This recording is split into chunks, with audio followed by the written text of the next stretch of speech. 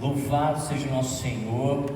Mais um domingo a gente aqui na igreja, onde a gente pode cantar. É bom, né? É bom cantar, é bom adorar, porque a gente canta verdades do reino, verdades de Deus. Isso edifica a gente, consola a gente. É maravilhoso, maravilhoso isso. E que bom que você está aqui nesse domingo, que essa palavra possa vir mesmo de encontro aos nossos corações. Amém? Solta para mim. Joga lá para mim, Amanda, por favor. Tá quase, vai chegar uma hora. Chegou. Acho que dá para enxergar. Estava eu meditando, sobre este assunto. E enquanto pesquisava a respeito deste assunto que irei discorrer sobre, aqui nesse tempo, eu me deparei, como vocês sabem, que eu gosto de série. Eu me deparei com uma série. Eu sempre me deparo com série. Série tem para tudo. Ainda não assisti essa série, mas a premissa dela me chamou a atenção, pelo menos para agora. Essa série chamada American Gods, ou Deuses Americanos, tem uma premissa onde há uma disputa entre deuses antigos e deuses modernos, deuses novos. E então, no meio de tudo isso, os deuses novos estão vencendo os deuses antigos, onde esses deuses modernos estão angariando para si seguidores, adoradores, pessoas do mundo moderno que estão seguindo esses deuses, e eles então começam a tomar espaço. E a história narra essa luta dentro desses duas classes de deuses, se podemos colocar assim. Apesar de ser uma ficção, essa série, ela traz uma grande verdade. E a verdade é que existem deuses modernos. Existem deuses, talvez não da maneira como antigamente, onde você construía uma estátua, um altar, e as pessoas ali se prostravam, colocavam oferendas e muito mais. Mas outros deuses têm tomado lugar no coração das pessoas. Eles têm se tornado ídolos dos corações. E o coração então pode ter um ou mais ídolos que direcionam, guiam, tentam trazer conforto e para que as pessoas o sigam. Eles estão entrelaçados nos corações das pessoas. Friedrich Nietzsche, um filósofo famoso do século XIX, ele escreveu em seu livro O Crepúsculo dos Ídolos a seguinte frase: há mais ídolos do que realidade no mundo. O que isso quer dizer? O que ele fala em seu livro é que as pessoas, nós, eu e você, criamos deuses, criamos ídolos, através de situações, pessoas, objetos, metas. Nós mitificamos pessoas, nós endeusamos pessoas, e elas então tomam o lugar no nosso coração, e lugar de destaque, lugar central no nosso coração. E olha só, Nietzsche não era nem cristão nem nada, e ele estava vendo o que estava acontecendo na realidade. Não é um problema só da igreja, é um problema no mundo. A palavra de Deus tem, com certeza, assim como nós já começamos esse culto, com a abertura aqui com o pastor Vinícius, ela tem uma resposta, ela tem uma orientação, ela nos fala o que nós precisamos fazer diante desses deuses modernos, desses ídolos do nosso coração.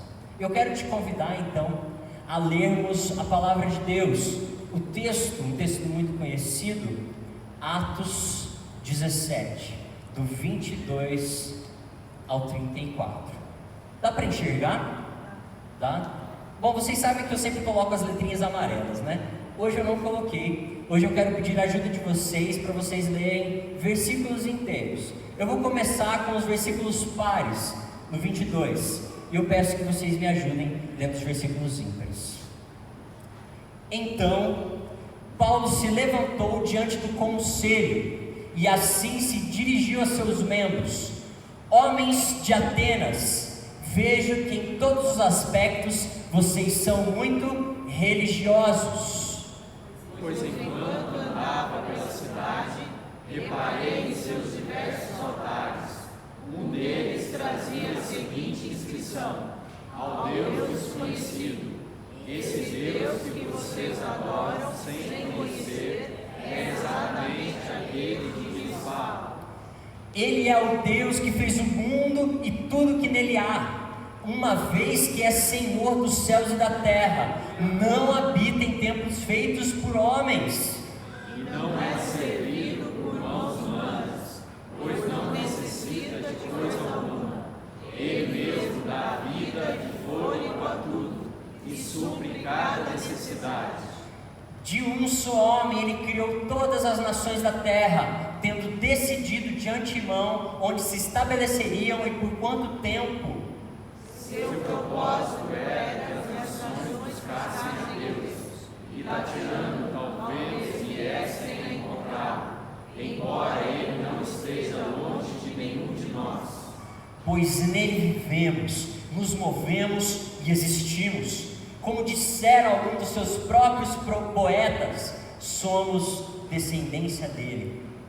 E por ser de verdade, não devemos imaginar Deus como um ídolo de ouro, prata ou pedra, projetado por outras mãos.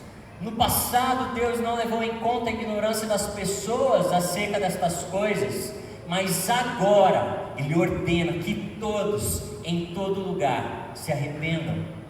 Pois ele estabeleceu um dia para julgar o mundo com justiça, por meio do homem que ele designou, e mostrou a todos quem é esse homem ao ressuscitá-lo dos mortos.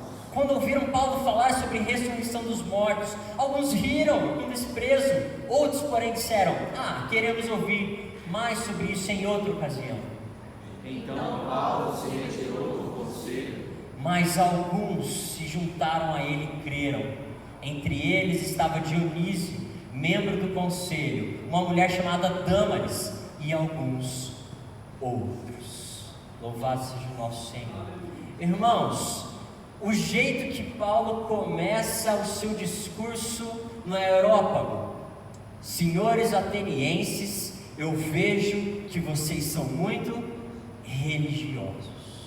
Vamos entender aonde Paulo está, o que está acontecendo com ele. Ele então está em Atenas. Ele estava em sua viagem pregando o evangelho a várias cidades. De repente ele se vê em Atenas. Quando ele começa a caminhar por aquela cidade, Paulo, ele fala que o seu espírito se entristece de maneira tão grande por causa da idolatria e dos ídolos que estavam naquela cidade. Aquilo mexe com Paulo. Ele olha e fala: meu Deus, como pode essa gente ter tantos deuses? E a reação de Paulo diante a isso é ir para a sinagoga, é ir para onde os cristãos ali se juntavam, os judeus também, e falar com eles sobre isso. E não só, ele também ia à praça falar todos os dias com as pessoas. Ele ia falar sobre Jesus e a ressurreição dele. Era esse o conteúdo da mensagem de Paulo. Alguns homens de pensamento chamados estoicos, e tinha um outro que agora me esqueci, eles, gregos, começaram a ouvir o falar de Paulo, e eles acharam que ele estava falando sobre novos deuses, plural. Por quê? Quando Paulo anunciava Jesus e ressurreição, eles entendiam que eram dois deuses separados: um masculino, Jesus, e um feminino, Anastácia, que significa ressurreição em grego. Então eles: que será que esse homem está proclamando deuses novos aqui? Vamos ouvir um pouco mais dele. E então levam Paulo para este local, esse conselho, onde as pessoas ali debatiam, falavam, conversavam sobre aquilo que acontecia na cidade, sobre os deuses, sobre tudo mais. E Paulo anuncia ali a sua palavra, a palavra de Jesus. Alguns historiadores daquela época romana, eles diziam que em Atenas havia mais de 30.000 estátuas referentes a deuses.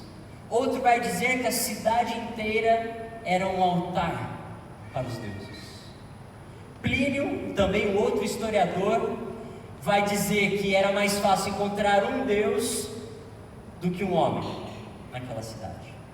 Tamanha idolatria presente naquela cidade. Dá para imaginar?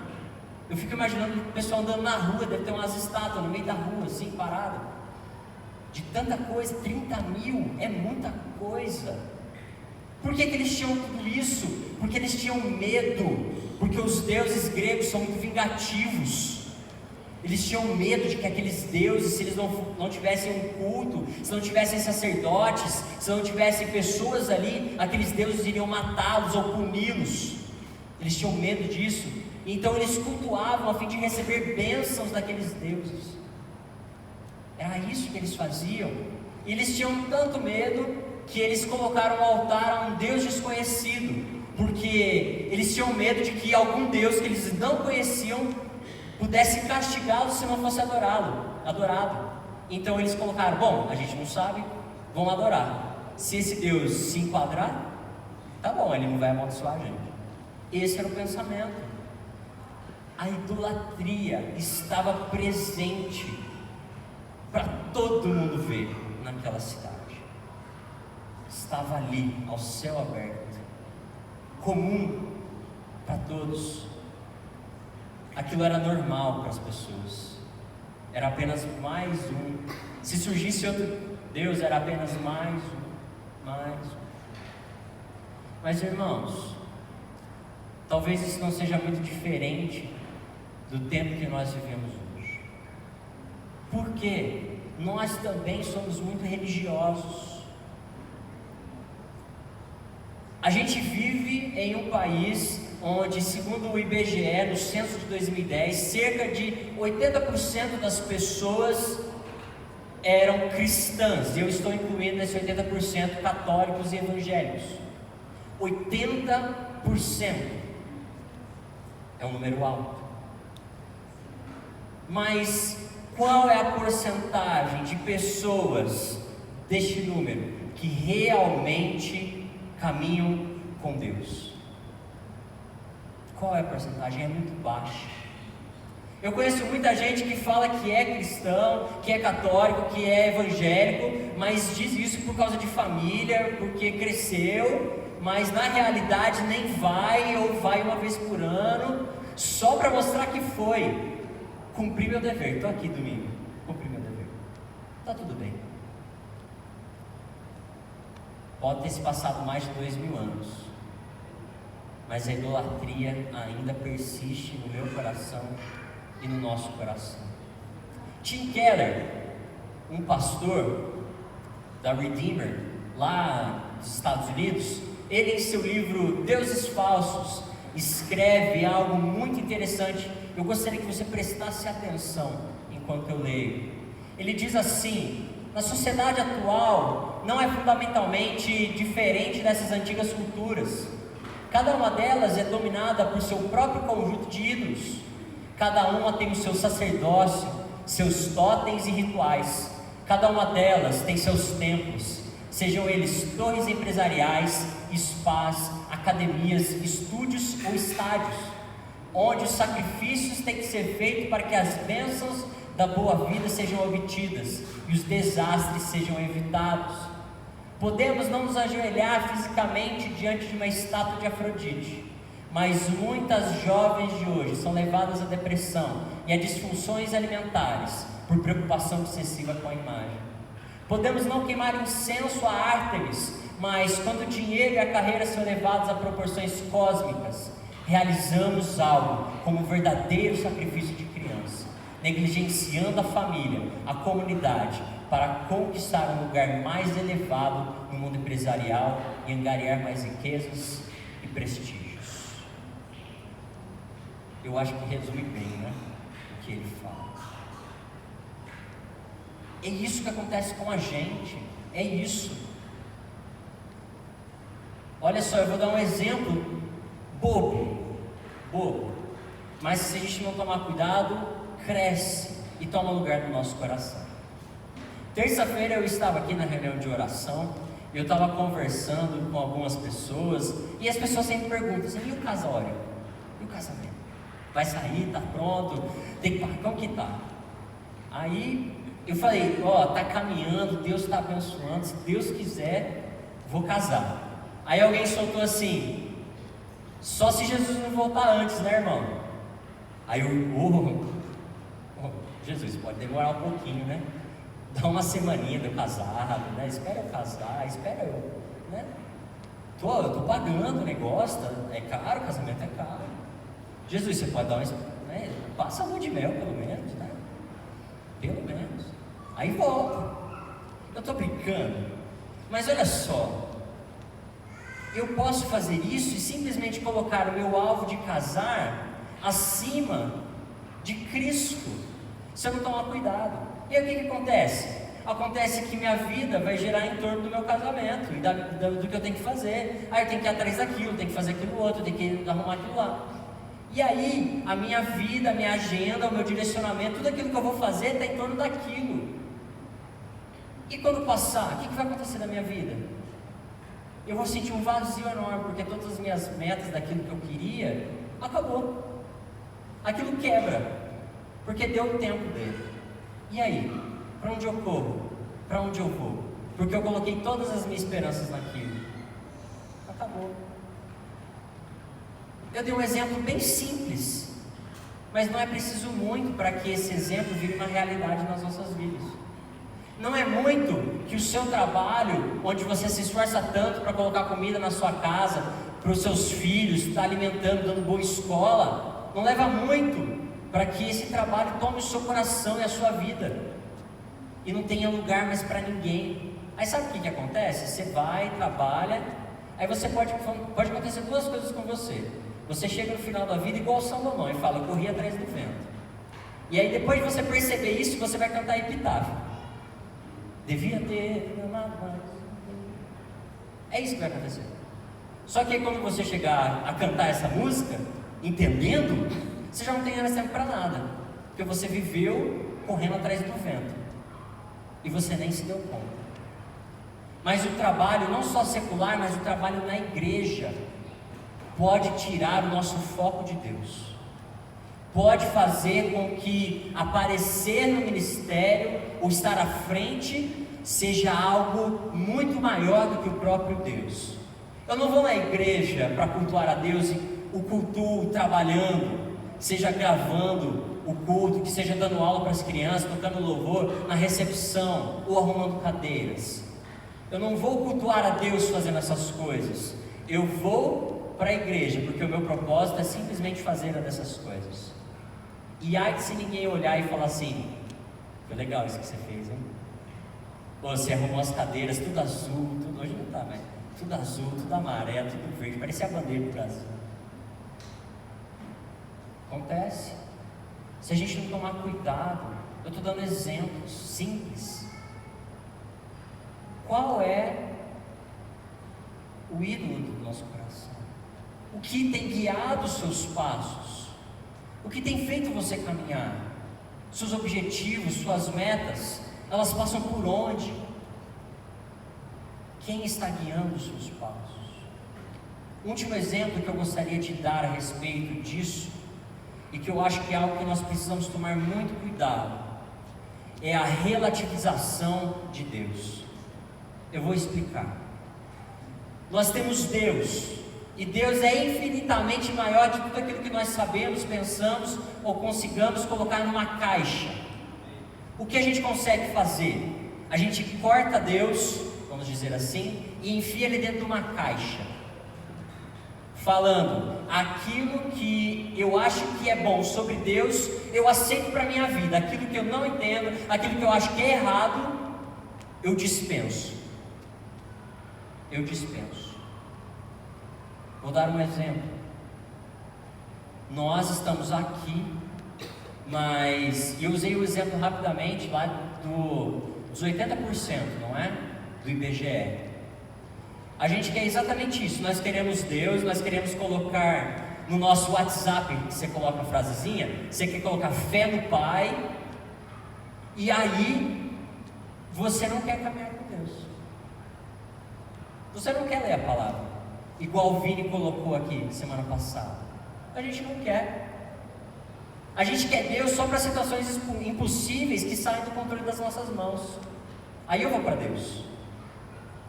Mas enquanto isso, Deus, você pode ficar sentado aqui, eu fico aqui, e só quando eu precisar, eu vou te buscar. A palavra diz o contrário, que Deus tem que ser centro da nossa vida. Ah, mas eu não quero centro, o centro está bom para mim. A gente começa a cortar Deus. Ah, mas Deus ama todas as pessoas, e Ele me ama assim, verdade, Ele te ama assim, do jeito que você está. Ah, mas então, já que Ele me ama assim, eu nem preciso mudar, para que eu vou seguir as coisas? Ele já me ama assim mesmo, está tudo certo. A gente se esquece que um caminhar com Deus traz mudanças para a nossa mente e para o nosso coração. A gente quer Deus, mas a gente quer partes de Deus. Como um Deus tão bom pode mandar pessoas para o inferno? Acontece, Deus é justo. Pessoas escolheram longe de Deus, e esse é o resultado, e pela graça dele, Ele salva pessoas. Não consigo acreditar nisso. A gente começa a cortar Deus, e tantos outros exemplos. Sabe por que a gente faz isso? Deus é infinito, isso é maravilhoso, e a gente tem que tomar cuidado para não ficar cortando Deus. A gente tem que entender que Ele é muito maior que a nossa mente, que a nossa capacidade, muito maior, e que a gente está aprendendo dia após dia sobre Ele. Isso é maravilhoso. Um Deus relativo quebra. Aí sabe o que acontece? As pessoas ficam chateadas com Deus, magoadas com Deus. Pessoas não querem nem saber de Deus, porque um dia elas se decepcionaram com Deus, mas Deus nem fez nada. Elas criaram um falso Deus, e Ele quebrou, e atribuíram isso ao único Deus Salvador. Um Deus relativo quebra. E às vezes é isso que a gente tem no nosso coração. Um Deus parcial, relativo, picotado, pequeno, que cabe na nossa caixinha, naquilo que nós entendemos. Mas o texto não para por aí. Paulo continua sua argumentação falando: olha só, esse Deus, Ele é criador, Ele é maravilhoso, Ele criou as pessoas a partir de um só, Ele estabeleceu os montes, Ele estabeleceu os reinos e aonde eles vão ficar, eles não vão passar de certo lugar. Esse Deus, Ele é criador dos céus e da terra, Ele é soberano sobre todas as coisas, e Ele então fez um homem. Ele não dá o nome deste homem e fala assim: através deste homem todos serão julgados, e Ele deu prova disso fazendo-o ressuscitar.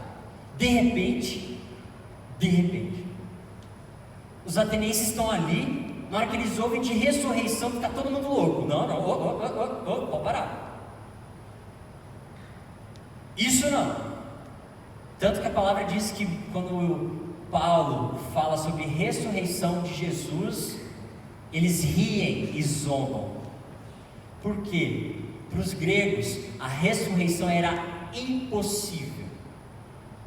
A ideia deles é que matéria ruim, aquilo que está dentro bom. Então, se você sai disso, acabou, não tem mais nada, não se volta.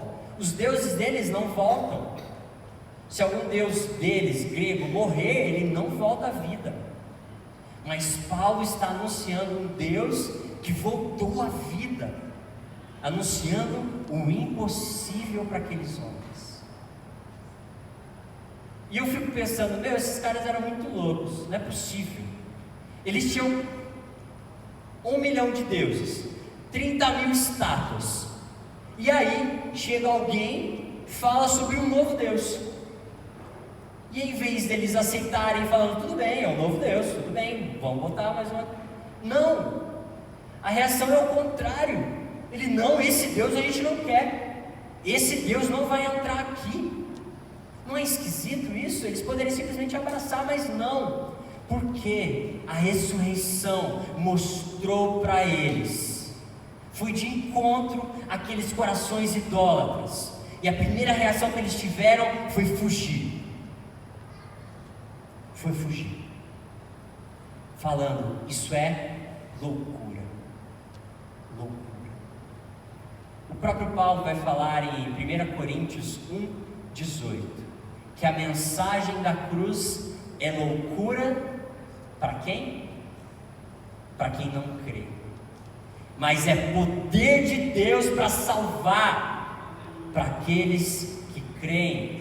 Aquilo que é considerado loucura é poder de Deus que foi mostrado numa cruz.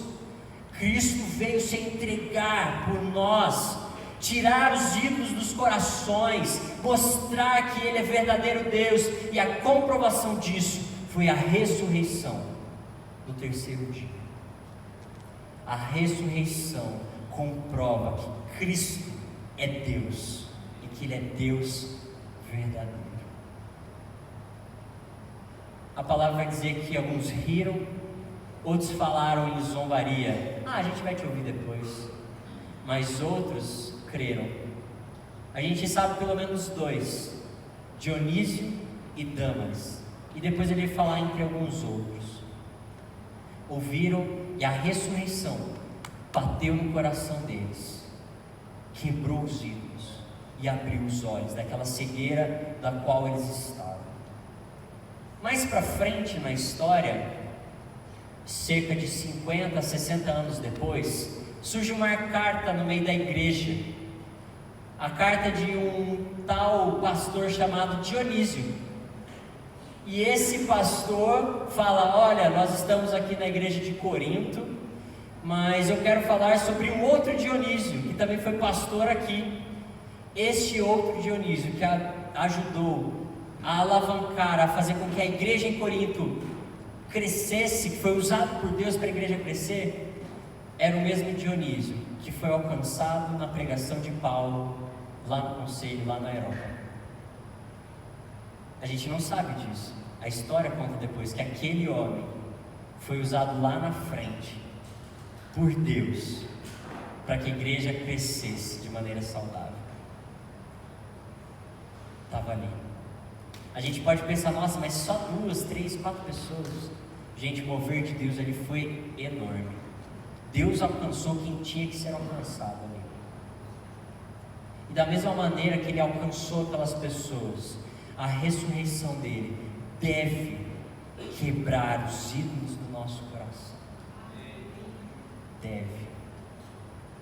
E aqui é onde eu quero pedir para que você olhe para o seu coração. Olhe para os seus planos, para os seus projetos, para a sua agenda, como o Vini sempre fala, e ele está certo. O que tem direcionado isso? O que tem direcionado suas atitudes?